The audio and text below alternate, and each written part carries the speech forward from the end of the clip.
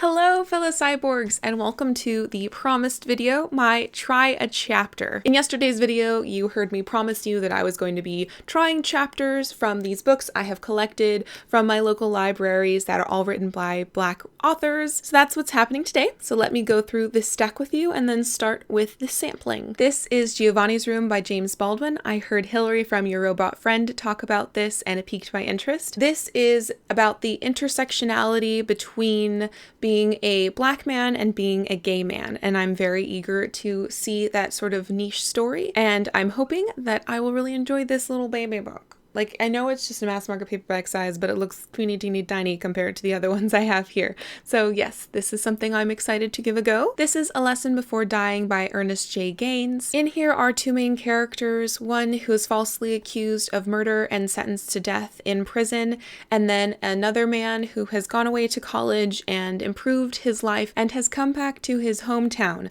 Upon his arrival, he is asked to go visit the man in prison. He is asked to impart his learning and his pride to Jefferson, the man who's in prison before Jefferson's death. So this looks like an interesting intersection for me on mortality, as well as the incarceration of Black men and the identity of being a Black man. I, of course, could not neglect this classic, The Color Purple by Alice Walker. I've actually seen a stage production of this about 10 years ago, and I don't remember liking it. I remember being horrified by some of the happenings in this book.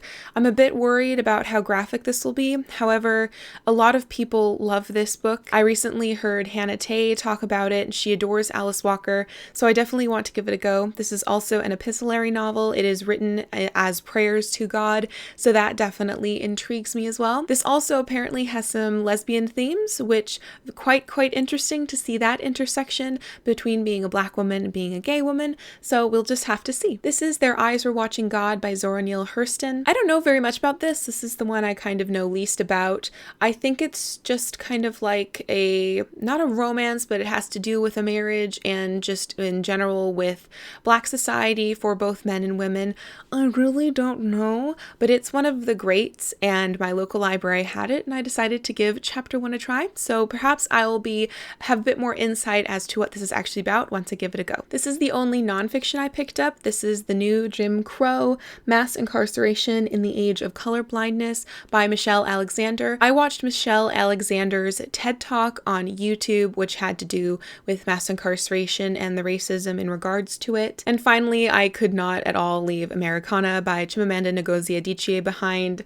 So I've been interested in reading this ever since I first heard people talking about it. And in fact, I think I'm going to start with chapter 1 of Americana. So I'll be back with my thoughts. I just finished reading chapter 1 of Americana by Chimamanda Ngozi Adichie, and it was about 18 pages long or so, and it took me a bit of time, but it was really lovely.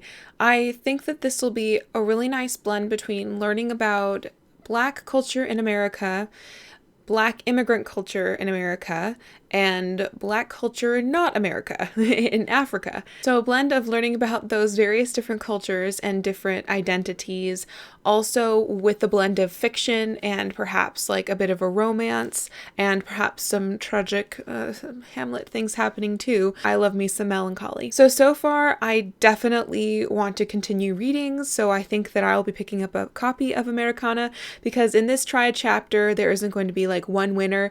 I'm going to let myself buy editions of whatever I choose, hopefully from a thrift store. So we'll just have to see who else is added onto the pile of things I would definitely love to pick up. Next, however, I'd like to try Their Eyes Were Watching God and hopefully figure out what this is actually about. So I just finished up chapter 1 of Their Eyes Were Watching God by Zora Neale Hurston, and I didn't like reading the first chapter as much as I enjoyed the first chapter of Americana. This is told in a dialect which you get into the flow pretty quickly, though it does make it a bit clunky to get into from the start.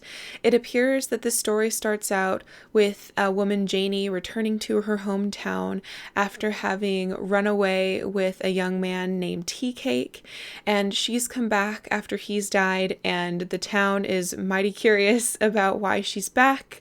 Does she still have her money? Where's Tea Cake? Did he leave her for a young woman? So they're gossiping, and she's sitting down down with her friend Phoebe to tell her what actually happened. So I did find that the dialect made it hard to get into. I'm also not quite sure of like the time period or where they are, which might add to me understanding what's going on. Not sure that this is going to be a book for me, though I can definitely see that it's doing interesting things and that it probably has a lot of merit within Black literature. Next, I think I'm going to give Giovanni's Room a go. Chapter 1 of Giovanni's Room has been read. I'm a little bit confused because is the main character white or is he black? I think he described his hair as like golden or sandy.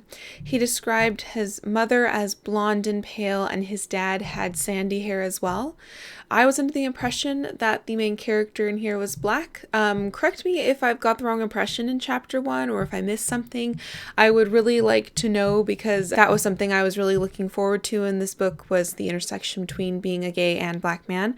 Maybe Giovanni's the gay and black man? I don't know. So let me know if you know, Hillary. I would love for you to let me know. So chapter 1 was talking about David, our main character, and when he realized he was gay, the aftermath of that, a bit about his relationship with his dad and his aunt, and why he has moved to France. Because it starts out with him saying that he's in France, and it's like the eve of when Giovanni is going to be executed by the guillotine. I really like this so far. I definitely want to pick up a copy of Giovanni's Room, and I definitely want to rewatch Hillary's review of it. Next, I think I'm going to give The New Jim Crow a try, either like the introduction or chapter 1 or something of it. Okay, so I just finished reading the introduction of The New Jim Crow, and that was a really intense reading chunk. Lots of figures, lots of small words on big pages, small font size, not like small length, but really compelling already. My brain is just like full of new ideas. Just from this introduction, I'm convinced that there's something seriously wrong with the prison system in America and the war on drugs, which is just, kind of ridiculous. Did you know that felons can't vote? I didn't know that felons can't vote. I don't understand why being a felon, you then are no longer like a full citizen of the United States. Like, you are an American no matter like how much time or what you've done when it regards like in the criminal justice. It just doesn't make sense to me. So yeah, I definitely will be picking this up, though I'll probably be reading it with like a bright red angry like pen to underline things. It'll pay off reading this, and it'll be really important for my racial education and cultural education. So yeah, definitely going to be picking this up. My brain's a little like overwhelmed at the moment after reading the introduction of the New Jim Crow, but I'm going to give A Lesson Before Dying a go. So at least chapter 1 of it. So see you in a bit. In light of just reading the introduction of the New Jim Crow, hearing a young man being sentenced to prison and to death by electrocution at that was really tough to read. So chapter 1 was quite short, about 9 pages. It starts with, I'm assuming, Grant narrating the trial that he saw of Jefferson, who was tried for the act of robbery and murder in the first degree. It gives you the story as truth from what I can tell of what actually happened during this robbery that turned into murder that Jefferson is accused of. This account makes it plain that Jefferson simply had nothing to do with it and was at the wrong place at the wrong time. But in any case, the jury finds him guilty of first-degree murder, and he is sentenced to death by electrocution. Death by electrocution is just sending chills up and down my spine, and I'm also thinking about just the complete injustice in this whole scenario and how race is obviously a factor in this. This was compelling of a read. I really wanted to keep going with the chapter. I was really interested in hearing what would happen to Jefferson, how Grant would feel about it, how the community would respond to this imprisonment and impending death. And yeah, definitely want to read this, definitely. So now I'm going to try The Color Purple, and hopefully it will pleasantly surprise me and I will be no longer intimidated by it. Holy crap. So this doesn't have chapters so much. It's just split up into very short, like 1 page at the beginning, prayers or confessions to God. So I read the first like 8 pages of this, and like page 1, child sexual abuse. Okay. Pretty graphic language as well. So if you're really not up for that, then don't even read page 1. So I guess it's kind of good that the thing that I was most like wary of in this book was like you encountered it on page 1. So horrible things are probably going to happen in the future, but at least you understand how they're dealt with. I don't know. I mean, I want to say like at least you got it over with, but I don't know that that's the only instance of sexual abuse in here. But apart from that, like I definitely want to keep reading. This seems like a really important narrative. Already got some really interesting topics in it, but man, oh man. In the first 8 pages, you learned that our main character, whose name is... I don't know what her name is. She's got like a younger sister named Nettie, a mother and a father, and when her mother gets sick, her father starts raping her, and she has 2 babies, which he takes from her. She thinks he kills the first one, and she thinks he sells the second one to like a family in Monticello. And then something happens, and she no longer menstruates, and she can't have any kids anymore. There's this man who's unnamed who's interested in marrying her younger sister Nettie, and at first, our main character's telling Nettie, no, don't be interested in him. You need to be independent. You can get smart. Like, you don't just need to marry someone. But then our main character sees that her dad might be thinking about starting to sexually abuse Nettie as well. And so our main character says, Nettie, get married and get out. The father refuses to let Nettie marry this man because Nettie's really young and he's hoping that Nettie will be a school teacher and I'm assuming then bring money into the family for him. So then the father suggests that the man marry our main character instead because the man has like 3 kids and he needs a wife and a housekeeper and stuff like that.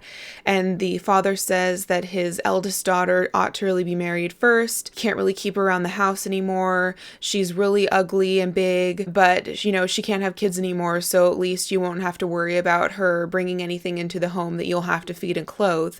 He also said that his eldest daughter's not fresh. What did he say? She's spoiled twice. Like, she's had 2 children.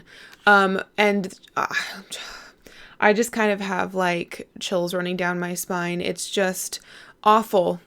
And just that language, like, it's like she's produce or something, you know, that she's not fresh any longer. She's spoiled twice. And it's just like, so I'm already angry. I'm really angry. But I definitely want to continue reading this because I already feel attached to the main character and it's just like, I don't know. Okay, but yeah, so The Color Purple. Okay, so upon trying chapter 1 of these 6 books, the ones I'm most interested in buying and continuing reading are Chimamanda Ngozi Adichie's Americana, The Color Purple by Alice Walker, and A Lesson Before Dying. However, I am also still really interested in Giovanni's Room by James Baldwin and the new Jim Crow by Michelle Alexander. I'm not so sure about Their Eyes Were Watching God, and that's okay. I wasn't expecting like 100%. I love these. I want to continue reading them, but it was definitely A Lesson Before Dying, The Color Purple, and Americana that I really just wanted to keep reading. I'm hoping to sometime soon go troll some thrift stores and Friends of the Library bookstores in the hopes of finding these and supporting, you know, charitable situation at the same time.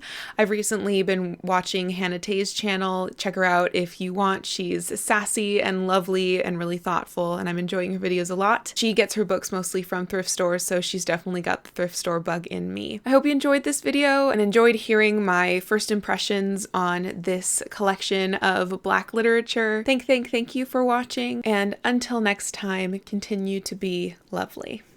And I hope I haven't ruined lettuce for you. A real quick thank you to all of my patrons who are supporting this channel through Patreon. I am ever grateful for your support, and I hope you are having a wonderful day.